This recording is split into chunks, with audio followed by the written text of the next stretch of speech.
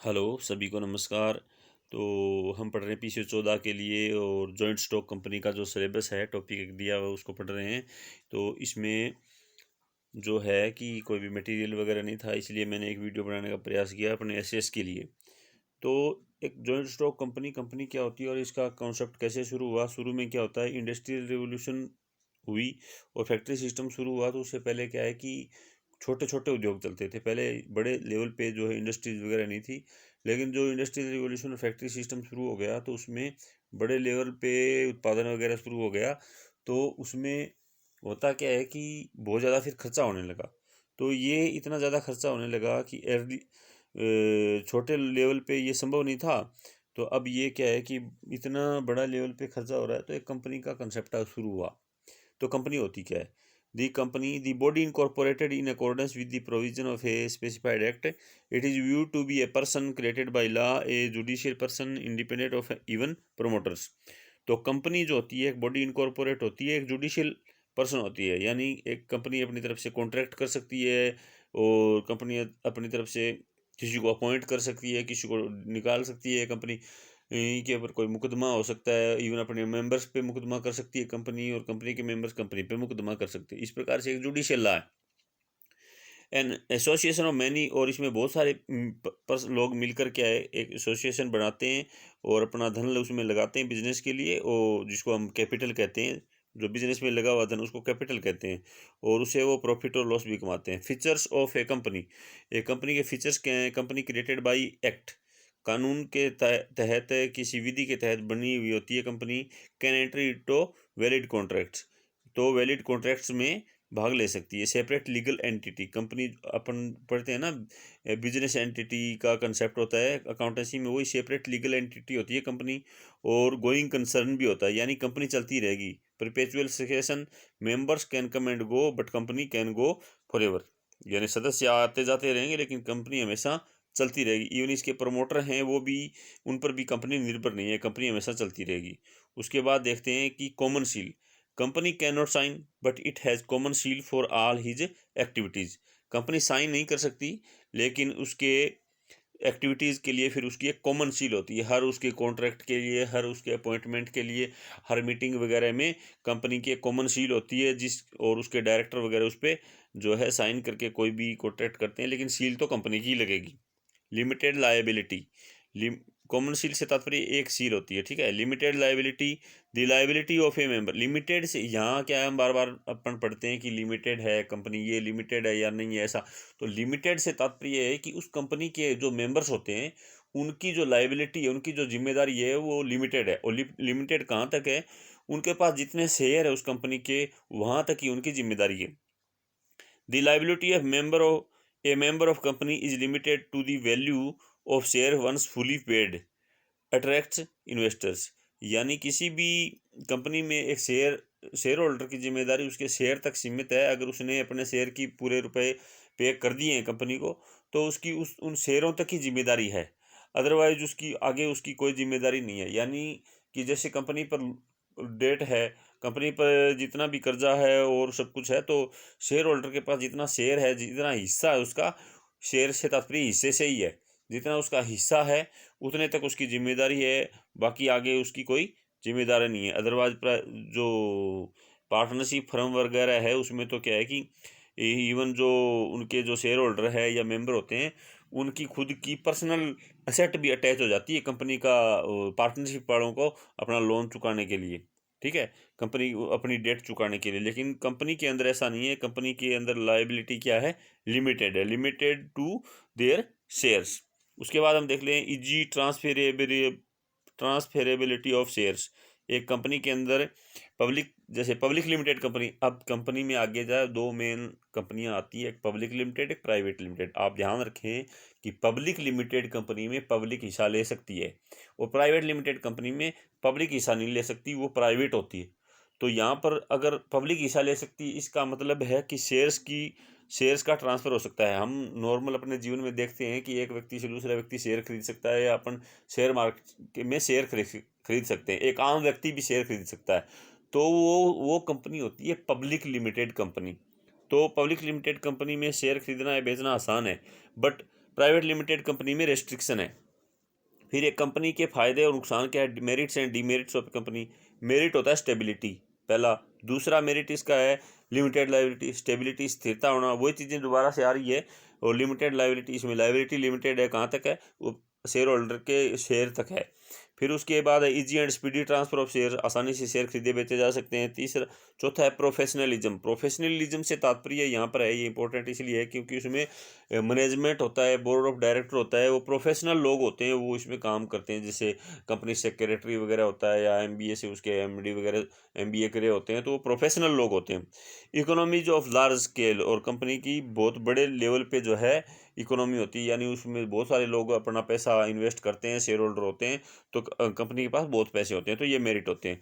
Demerit क्या है company के, सबसे पहली बात है कॉम्प्लिकेटेड लीगल फॉर्मेलिटीज़, यानी कंपनी को फॉर्म बनाने के लिए, उसको इनकॉर्पोरेट करने के लिए बहुत सारी लीगल फॉर्मेलिटीज होती है, बहुत सारे डॉक्यूमेंट होते हैं, डॉक्यूमेंट प्रोसेस उसका बार बार चलता रहता है बीच बीच में। कंपनी को जब भी कुछ नया कुछ करना हो तो उसको टैक्स वैक्सन वगैरह सब भरना होता है, बहुत सारी फॉर्मेलिटीज हो जाती है करने वाली। Heavy cost of floating company, एक कंपनी को चलाने के लिए बहुत ज़्यादा, ये ए कंपनी लिखा हुआ है, आप ए कंपनी समझे इसको, तो एक कंपनी को चलाने में बहुत ज़्यादा खर्चा होता है। कैसे होता है खर्चा, कि जब पब्लिक से जो है, यहाँ प्रोस्पेक्टस लिखा हुआ आप देख रहे हैं, इस प्रोस्पेक्टस का मतलब ये है कि पब्लिक से पैसे लेने के लिए कंपनी जो है प्रोस्पेक्टस जारी करती है, यानी कैपिटल रेज करने के लिए प्रोस्पेक्टस जारी करती है, तो ऐसी चीज़ों में बहुत सारा खर्चा कंपनी का हो जाता है। फिर उसके बाद separation of ownership and control, तो ओनरशिप और कंट्रोल किसी एक ही व्यक्ति के हाथ में नहीं होती, क्योंकि पब्लिक लिमिटेड कंपनी है, तो बहुत सारे लोगों के हाथ में उसकी जो है ओनरशिप हो जाती है, क्योंकि जितने उसके शेयर होल्डर हैं वो उसके मेंबर होते हैं। Share holder are not directly entitled to participate, हालांकि जो इनकी सॉरी इसमें डायरेक्टली इसमें बोर्ड ऑफ डायरेक्टर में शेयर होल्डर जो है वो पार्टिसिपेट नहीं कर सकते। इसके बाद आगे देखें हम फ्रॉडुलेंट प्रमोटर्स, शेयर होल्डर किसी में पार्टिसिपेट नहीं कर सकते, बोर्ड मतलब डायरेक्टली वो डायरेक्टर के एज ए डायरेक्टर काम नहीं कर सकते, मैनेजमेंट वो नहीं कर सकते। ये वाली लाइन जो है ना, उसमें नीचे वाले में आनी थी, ये डीमेरिट इसमें ओलिगार्की मैनेजमेंट में आनी थी, वो गलती से इसमें लिखी गई। लेकिन आप ये ध्यान रखें, ये भी तो डीमेरिट है और वो भी डीमेरिट है। Separation of ownership and control भी डीमेरिट है, और शेयर होल्डर इसमें जो है डायरेक्टली एज ए डायरेक्टर काम नहीं कर सकते, वो भी इसका डीमेरिट है। फ्रॉडुलेंट प्रमोटर्स, कंपनी सिस्टम की सबसे बड़ी समस्या ये है कि अपन सुनते हैं कि बहुत सारी कंपनियां क्या है कि पहले धन दुगना करने की बात करती है, ये कर देंगे वो कर देंगे, बहुत सारे अपने डॉक्यूमेंट्स भी तैयार कर लेती हैं, तो वो फ्रॉडुलेंट प्रमोटर होते हैं जो उस कंपनी को शुरुआत करते हैं, इस वजह से लोग उसमें अपना पैसा भी लगाते हैं, तो वो शेयर होल्डर हो जाते हैं, और बाद में वो कंपनी रातों रात गायब हो जाती है, फ्लाई बाय नाइट। ठीक है, तो वो ऐसी कंपनियां जो है फ्रॉडुलेंट प्रमोटर्स को कंपनी सिस्टम है वो जन्म देती है। ओलिगैर्की मैनेजमेंट, इसमें क्या है कि ओलिगैर्की मैनेजमेंट होता है, थ्योरेटिकली तो ऐसा होता है कि ये डेमोक्रेटिक होती है कंपनी, लेकिन वास्तव में क्या है कि जो सब काम चलता है वो बोर्ड ऑफ डायरेक्टर्स के हाथ में होता है, और बहुत कम शेयर होल्डर ऐसे होते हैं, यानी शुरू में जो प्रमोटरों ने बनाई है ना, उनसे ही ये चलती रहती है। बहुत कम शेयर होल्डर होते हैं जो बाद में कंपनी के डायरेक्टर बन पाते हैं, यानी एज ए मैनेजमेंट के रूप में वो डिसीजन ले पाते हैं। तो शुरू से जो मैनेजमेंट चला रहा है लगभग वही चलता रहता है, तो ये ओलिगैर्की मैनेजमेंट कंपनी में रहता है। उसके बाद हम देखते हैं कि कंपनी में जो है और कंपनी का एक प्रॉफिट और है बेटर क्रेडिट। बेटर क्रेडिट से तात्पर्य है कि कंपनी के पास उधार आसानी से मिलता है कंपनी को, जबकि ये जो जॉइंट जो पार्टनरशिप वगैरह जो थी उसमें उधार नहीं मिलता आसानी से। ठीक है, तो जॉइंट स्टॉक कंपनी को हिंदी में संयुक्त पूंजी कंपनी कहते हैं। संयुक्त पूंजी कंपनी यानी बहुत सारे लोग शेयर उसमें डालते हैं, शेयर ले लेते हैं बहुत सारे, और उसके हिस्सेदार बन जाते हैं। पार्टनरशिप और जॉइंट स्टॉक कंपनी में क्या अंतर है, पहला तो एक्ट का ही डिफरेंस है। पार्टनरशिप एक्ट है इंडियन पार्टनरशिप एक्ट 1931, और कंपनी बनती है कंपनीज एक्ट 1956। पार्टनरशिप फर्म है उसको ऑप्शनल है, रजिस्ट्रेशन कराना जरूरी नहीं है पार्टनरशिप फर्म को। कहाँ पे कंपनी जो है ना, कंपनी कैसे क्रिएट होती है, कंपनी किसी भी स्टेट में जहाँ पर उसका रजिस्टर्ड ऑफिस हो कंपनी का, यानी कंपनी के बहुत सारे ऑफिस हो सकते हैं, उसमें से एक रजिस्टर्ड ऑफिस होगा, तो जिस स्टेट में होगा उस स्टेट में जो कंपनी का रजिस्ट्रार होता है, रजिस्ट्रार ऑफ कंपनीज होता है, वो कंपनीज का रजिस्ट्रेशन करता है, और वहाँ से कंपनी शुरू होती है। तो कंपनी का रजिस्ट्रेशन ज़रूरी है, पार्टनरशिप फर्म का रजिस्ट्रेशन ओनली ऑप्शनल है, ज़रूरी नहीं है कि वो रजिस्ट्रेशन कराएं रजिस्ट्रार के पास। पार्टनरशिप फर्म में मेंबर कितने होते हैं? 2 से 20 होते हैं मिनिमम, और मैक्सिमम होते हैं मिनिमम होते हैं 2, मैक्सिमम होते हैं 20। अगर बैंक है तो वो 2 से 10 होएगा, अदरवाइज 2 से 20 होगा। तो मेंबर के बेस पे भी इनमें डिफरेंस है। और जॉइंट स्टॉक कंपनी में फिर मैंने बताया कि 2 तरह की कंपनी होती है, एक पब्लिक और प्राइवेट। तो पब्लिक में आपको ध्यान है कि पब्लिक रहेगी, तो उसमें मेंबर कितने होंगे? अनलिमिटेड मेंबर होंगे, और मिनिमम कितने होंगे? 7 होंगे। यानी ये बड़ी है, पब्लिक लिमिटेड कंपनी बड़ी होती है, तो उसमें मिनिमम मेंबर भी बड़े होंगे और मैक्सिमम भी ज़्यादा होंगे। तो मैक्सिमम तो अनलिमिटेड होते हैं पब्लिक लिमिटेड कंपनी में, ठीक है। पब्लिक लिमिटेड कंपनी में मैक्सिमम तो अनलिमिटेड होते हैं और मिनिमम होते हैं 7। प्राइवेट लिमिटेड कंपनी में 2 से 50 होते हैं, तो 2 मिनिमम और 50 मैक्सिमम। और अब मैक्सिमम इसमें 50 जो है ना, इसमें जो प्रेजेंट और पास्ट लिखा है, क्योंकि फ्यूचर तो अलग ही होता है ना, तो पी एंड पी लिखा है मैंने। प्रेजेंट एंड पास्ट एम्प्लॉयज जो हैं उनको एक्सक्लूड करके 50 होते हैं, तो 2 से 50 इसकी सीमा रहती है, और पब्लिक वाली है 7। और जो पार्टनरशिप फर्म है उसकी 2 से 20 होती है, 2 मिनिमम और 20 मैक्सिमम। बैंक अगर हो तो 2 से 10 रहेगी। लीगली कंपनी क्या है? एक आर्टिफिशियल पर्सन है, लेकिन फर्म क्या होता है? उसका नो सेपरेट एग्जिस्टेंस, यानी फर्म सेपरेटली कोई एग्जिस्टेंस नहीं रखती। ये कंपनी है वो आर्टिफिशियल पर्सन होती है। अब उसके बाद हम आगे देखते हैं कि लायबिलिटी के बारे में देखते हैं। तो कंपनी के अंदर क्या होती है? लायबिलिटी लिमिटेड होती है, उसके शेयर तक ही है संबंधित, ठीक है। लेकिन एक फर्म में होती है पार्टनरशिप फर्म, उसमें लायबिलिटी होती है जॉइंट, सेवरल और अनलिमिटेड होती है। अनलिमिटेड से तात्पर्य क्या है कि उसकी जिम्मेदारी जो फर्म का जो होता है, फर्म पार्टनरशिप फर्म, उसमें जो मेंबर होता है उसकी पूर्ण जिम्मेदारी होती है। कैसे होती है कि उसकी जो पर्सनल एसेट है वो भी अटैच कर दी जाती है, लेकिन कंपनी में ऐसा नहीं है, ठीक है। कंपनी में ऐसा नहीं है। कंपनी में उस व्यक्ति की लिमिटेड टू हिज शेयर है। जैसे अनिल अंबानी घूम रहा है, उधर केस चल रहा है उसका, तो वो कहता है कि मेरे पास पैसे नहीं है, मेरी पत्नी के उस पर, मैं किसी के उस पे व्यक्तिगत किसी से नाराज़ नहीं हूँ। मैं आपको एग्जांपल दे रहा हूँ कि जैसे अनिल अंबानी पे केस है, और वो इस बेस पे कंपनी से पीछा छुड़ा रहा है कि मैं तो अपनी वाइफ के उस पर जीवन बसर कर रहा हूँ, तो उसका व्यक्तिगत जिम्मेदारी नहीं है ना, पर्सनल रिस्पॉन्सिबिलिटी नहीं बन रही यहाँ पे। उसकी पर्सनल एसेट, पर्सनल जिम्मेदारी उसकी नहीं बन रही, उसकी लिमिटेड है, शेयर तक लिमिटेड है उसकी जिम्मेदारी। इसीलिए वो कंपनी वाले जो लोग हैं ना, ये इन पे डायरेक्टली ऐसा कुछ हो नहीं पाता है। तो अगर फर्म होती है तो उसमें पर्सनल एसेट है वो भी अटैच कर दी जाती है, ठीक है। अब ट्रांसफर ऑफ शेयर्स है, can not transfer without others consent. तो फर्म में है ना, फर्म में जैसे पार्टनरशिप फर्म होती है वो, तो उसमें 2, 4, 10 लोग, इतनी तो लिमिट तो है ही ना, 2 से 20 की लिमिट है उसकी। तो उस फर्म में जो अगर एक बंदा उसको छोड़ना चाहता है ना, तो वो शेयर है वो दूसरों से मिलजुल के और फिर ही छोड़ पाता है, अकेले नहीं छोड़ सकता। जबकि अपन देखते हैं कि पब्लिक लिमिटेड कंपनी है, उसमें तो हर बंदा अपने शेयर खरीद सकता है, बेच सकता है, ऑनलाइन बेच खरीद हो जाती है शेयरों की। तो वो पब्लिक लिमिटेड कंपनी में इजीली ट्रांसफरेबल हैं शेयर्स, प्राइवेट लिमिटेड कंपनी में रेस्ट्रिक्शंस हैं। अब आगे है मैनेजमेंट। मैनेजमेंट क्या होता है? पार्टनरशिप फर्म में मैनेजमेंट सभी के द्वारा करा जा सकता है। जितने भी पार्टनरशिप फर्म के सदस्य हैं, जैसे 2 से 20 इसकी लिमिट थी, हमने देखा 2 से 20 इसकी लिमिट थी, तो इसमें जितने भी सदस्य हैं वो अपना इसमें हिस्सा ले सकते हैं। किसमें? ट्रांसफर ऑफ शेयर में, मैनेजमेंट में हिस्सा ले सकते हैं। लेकिन जो प्राइवेट लिमिटेड कंपनी या पब्लिक लिमिटेड कंपनी है, यानी कंपनी है, उसमें क्या है कि पार्टनरशिप डायरेक्ट जो शेयर होल्डर्स जो है डायरेक्ट पार्टनरशिप नहीं कर सकते, only board of director partnership कर सकते हैं। अब बोर्ड ऑफ डायरेक्टर भी आप सोच लीजिए यहाँ से कि पब्लिक लिमिटेड कंपनी में डायरेक्टर कितने होंगे, प्राइवेट में कितने होंगे। सोच लीजिए कौन से में ज़्यादा होंगे, कौन से में कम होंगे। प्राइवेट में कम होंगे, पब्लिक में ज़्यादा होंगे, क्योंकि पब्लिक वाली बड़ी है, सीधी सी बात। अब कितने होंगे वो आगे आएंगे, 2 और 3 होते हैं शायद, तो आगे आएंगे। देखो अब स्टेबिलिटी क्या है?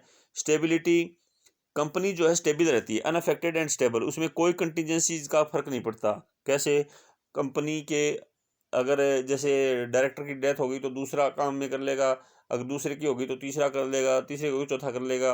तो कंपनी हर तरह से स्टेबल रहती है। लेकिन पार्टनरशिप फर्म है ना, वो टूट जाएगी, पार्टनरशिप टूट जाएगी। अगर 2 लोगों की पार्टनरशिप है जैसे, तो अगर एक की डेथ हो गई तो पार्टनरशिप टूट गई। ये कंटीजेंसीज है, डेथ, इंसैनिटी, इंसॉल्वेंसी, ये पार्टनरशिप फर्म को तोड़ देती हैं। अब प्रोसीजर कॉम्प्लेक्सिटी, तो फर्म में कोई प्रोसीजरल कॉम्प्लेक्सिटी नहीं है ज़्यादा, वो सिंपली क्रिएट हो जाती है, क्योंकि न तो हमें कोई रजिस्ट्रेशन करवाना अनिवार्य है, न कुछ और डॉक्यूमेंट बनाने जरूरी है। लेकिन कंपनी के अंदर बहुत ही लीगल फॉर्मेलिटीज होती हैं, many legal formalities for incorporating to incorporate a company. Financial resources क्या है? अब फाइनेंशियल रिसोर्सेज आपने देखा कि पार्टनरशिप फर्म में लिमिटेड सदस्य होते हैं, 2 से 20 होते हैं, ठीक है, और बैंक के लिए 2 से 10 होते हैं। लेकिन कंपनी के लिए वेरी वाइड स्कोप, यानी कंपनी के लिए बहुत ज़्यादा स्कोप है, क्योंकि अनलिमिटेड है, अनलिमिटेड लोग इसमें हिस्सा ले सकते हैं। तो इस बेस पे हम कह सकते हैं अगर अनलिमिटेड लोग हिस्सा लेंगे तो उसकी जो सीमा है फाइनेंस होने की सीमा, तो कितने भी लोग उसको फाइनेंस कर सकते हैं, कंपनी को कितने भी शेयर होल्डर बन सकते हैं। तो जितने ज़्यादा कंपनी शेयर इशू करेगी, जितने लोग उसके बनेंगे, उतनी उसकी कैपिटल रेज होएगी। अब शेयर भी तो लोग देख के ही खरीदते हैं ना कंपनी में, तो जो कंपनी अच्छी चल रही है उसके शेयर ज़्यादा बिकेंगे, तो उसकी फाइनेंशियल पोजीशन अच्छी होएगी। चलो आगे चलते हैं। उसके बाद मेंबरशिप। मेंबरशिप जो पार्टनरशिप फर्म है वो इंडिविजुअल्स को मेंबरशिप देती है, यानी पार्टनरशिप फर्म में सिर्फ इंडिविजुअल से तात्पर्य है कोई व्यक्ति ही उसमें हिस्सा ले सकते हैं। व्यक्ति मतलब महिला पुरुष और जो भी लिंग हो वो हिस्सा ले सकते हैं, सब इंडिविजुअल्स। लेकिन जो कंपनी है, एक जैसे जॉइंट स्टॉक कंपनी हो ना, एक कंपनी है पब्लिक कंपनी, तो उसके अंदर एक दूसरी प्राइवेट कंपनी भी हिस्सा ले सकती है, यानी वो भी उसके शेयर खरीद सकती है। या कोई इंस्टीट्यूशन है तो वो भी उस कंपनी के शेयर खरीद सकता है, यानी सिर्फ व्यक्ति ही शेयर नहीं खरीद सकते किसी कंपनी के, दूसरी प्राइवेट छोटी कंपनी भी उसकी शेयर होल्डर बन सकती है, और कोई इंस्टीट्यूशन भी उसकी शेयर होल्डर बन सकती है। तो इस तरह से मेंबरशिप जो है जॉइंट स्टॉक कंपनी में मेंबरशिप एक दूसरी कंपनी को भी मिल सकती है, इंस्टीट्यूशन को भी मिल सकती है, लेकिन पार्टनरशिप फर्म में ऐसा संभव नहीं है। जो मैं बोल रहा हूँ, जो हम पढ़ रहे हैं, उसको ध्यान से सुनते जाइएगा, क्योंकि यही चीज़ें फिर आगे दोबारा से रिपीट होती जाएंगी, तो हमें बार बार उस चीज़ को पढ़ना ना पड़े। अब नेचर क्या रहता है पार्टनरशिप फर्म का? इसमें क्या होता है कि पार्टनरशिप रिलेशनशिप बिटवीन पर्सन्स, और ये एक एन आर्टिफिशियल पर्सन। यहाँ पे तो पार्टनरशिप फर्म है ना, वो क्या होती है, एक रिलेशनशिप ही होती है। पार्टनरशिप फर्म किसके बीच में? सदस्यों के बीच में रिलेशन होता है, एक पार्टनरशिप रिलेशन होता है। लेकिन कंपनी खुद है वो एक आर्टिफिशियल पर्सन है, तो कंपनी का अन्य लोगों से रिलेशन होता है। जबकि पार्टनरशिप फर्म, उसका नेचर क्या हुआ, पार्टनरशिप फर्म एक रिलेशन है, और जबकि कंपनी खुद एक आर्टिफिशियल पर्सन है। तो क्लियर हो गई बात। पार्टनरशिप तो एक रिलेशन, एक रिश्ता है, पार्टनरशिप नाम से पता चल रहा है कि वो एक रिश्ता है, जबकि कंपनी जो है खुद एक पर्सन है। Okay, an artificial person. उसके बाद देखते हैं mutual relationship between members. Members के बीच बीच में म्यूचुअल रिलेशनशिप कैसे होगा? Each partner is an agent of others. कहने का मतलब पार्टनरशिप फर्म है, उसमें जैसे 2 लोग पार्टनर हैं, एक दुकान खोली, उन्होंने शॉप खोली, 2 लोग पार्टनर है, तो एक को उसको जिम्मेदारी दे दी कि तू दुकान संभाले, और दूसरे को जिम्मेदारी दे दी तो बाहर का काम करे।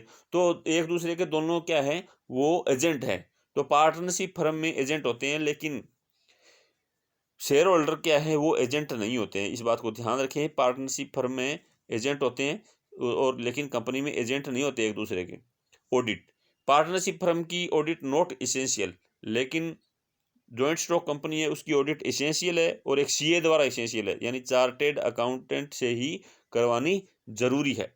Dissolution, mutually डिसोल्वेड। डिसोल्यूशन से तात्पर्य है कि किसी भी पार्टनरशिप है वो तोड़ सकते हैं। जैसे 2 लोग है, 10 लोग है, 20 लोग है, तो आपस में वो करके डिस्कस और वो तोड़ सकते हैं। और कोई एक बंदा भी 20 में से एक भी है वो जाना चाहे तो उनसे आपस में डिस्कस करके, या जो भी उसका हर्जाना वगैरह जो भी भरना हो, या फिर उसका जो हिस्सा है वो लेकर के अपना जा सकता है। इस प्रकार से म्यूचुअली डिसोल्वेड हो जाती है।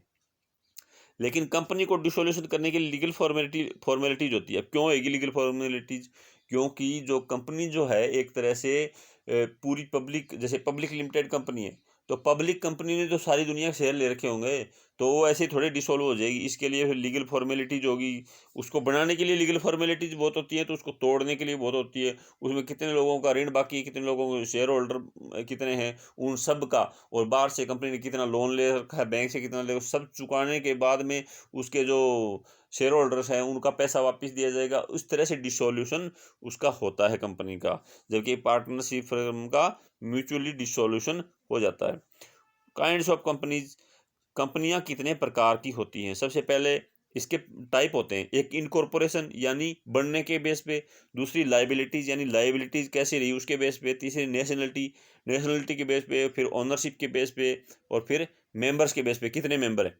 तो मेंबर के बेस पे मैंने पहले ही बता दिया आपको, एक पब्लिक लिमिटेड कंपनी होती है, प्राइवेट लिमिटेड कंपनी होती है। पब्लिक लिमिटेड कंपनी है तो उसमें मिनिमम 7 होते हैं मेंबर और मैक्सिमम होते हैं अनलिमिटेड। प्राइवेट लिमिटेड कंपनी में मिनिमम 2 और मैक्सिमम 50। अब 50 is excluding present and past employees, यानी ये 50 जो है एक्सक्लूडिंग है, इसको याद रखना, ये एक्सक्लूडिंग है, इंक्लूडिंग नहीं है। ये क्वेश्चन आ सकता है एग्जाम में, तो इसको ध्यान में रखें। उसके बाद में ओनरशिप के बेस पे कंपनी दो तरह की होती है, एक होल्डिंग एंड सब्सिडरी कंपनी और दूसरी होती है गवर्नमेंट कंपनी। तो होल्डिंग कंपनी वो ये होल्डिंग कंपनी वो होती है जो किसी दूसरी कंपनी की, यानी जो सब्सिडियरी कंपनी होती है वो सहायक कंपनी हो गई, तो होल्डिंग कंपनी है वो उसकी मालिक हो गई। तो होल्डिंग कंपनी वो होती है जो सब्सिडियरी कंपनी के शेयर्स रखती हो 50% से ज़्यादा, या फिर वोटिंग में उसकी 50% से ज़्यादा पावर हो, या फिर वो उसके सभी या आधे मेजोरिटी ऑफ डायरेक्टर्स को नियुक्त कर सकती हो या हटा सकती हो। यानी होल्डिंग कंपनी सब्सिडियरी कंपनी के डिसीजन ले सकती है, उस पर एक तरह से प्रशासन करती है होल्डिंग कंपनी। तो होल्डिंग कंपनी वो होती है और सब्सिडियरी कंपनी उसके नीचे काम करती है। होल्डिंग कंपनी जो है उसके डायरेक्टर्स को हटा सकती है और अपॉइंट भी कर सकती है मेजोरिटी ऑफ डायरेक्टर्स को। और इसके अलावा होल्डिंग कंपनी क्या कर सकती है, होल्डिंग कंपनी 50% है, होल्डिंग कंपनी होती है वो 50% से ज़्यादा उसकी वोटिंग में उसकी पावर हो, या फिर उसकी 50% से ज़्यादा किस में पावर हो, शेयर्स में।